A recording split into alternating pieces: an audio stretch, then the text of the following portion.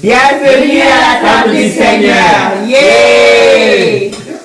Bien-aimés, la Bible dit dans 1 Timothée 6,13 que le Seigneur Jésus a fait une bonne confession devant Ponce Pilate.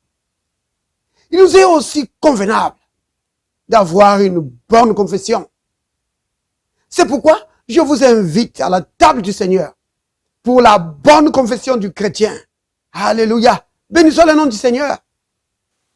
Alors, la bonne confession d'aujourd'hui va être basée sur deux passages de l'Ancien Testament. Le premier, c'est dans Josué, chapitre 1, au verset 8.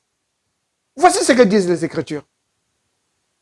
Que ce livre de la loi ne s'éloigne point de ta bouche, médite-le jour et nuit pour agir fidèlement selon ce qui est écrit. Car c'est alors que tu auras du succès dans tes entreprises. C'est alors que tu réussiras. Voici l'autre passage qui lui est semblable. C'est le psaume chapitre 1, à partir du verset 1er. Les Écritures disent ceci. Heureux l'homme qui ne marche pas selon les conseils des méchants, qui ne s'arrête pas sur la voie des pécheurs et qui ne s'assied pas en compagnie des moqueurs, mais qui trouve son plaisir dans la loi du Seigneur. Alléluia. Oui, il trouve son plaisir dans la loi du Seigneur et il la médite jour et nuit. Oui, il médite la loi du Seigneur jour et nuit. Alors, qu'est-ce qui arrive? Il est comme un arbre planté près d'un courant d'eau qui donne son fruit en sa saison. Et dont le feuillage ne se flétrit point. Tout ce qu'il fait lui réussit. Vous voyez, c'est semblable, n'est-ce pas? À Josué 1,8. C'est alors que tu réussiras dans tout ce que tu feras, dans toutes tes entreprises. Et ici, tout ce qu'il fait lui réussit.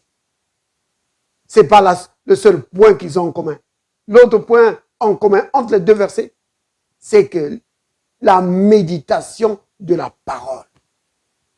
Bien-aimés, regardez ici l'impact de la parole de Dieu.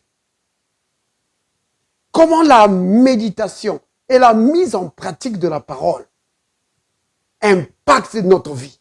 Ça amène le succès, pas seulement dans un domaine, dans tous les domaines de notre vie. Donc vraiment, une percée à tous égards, une croissance à tous égards. C'est vraiment merveilleux. Et comment cela est-il possible? C'est parce que quand tu médites la parole de Dieu, quand tu t'attaches à la parole et que tu la mets en pratique, ta pensée est renouvelée.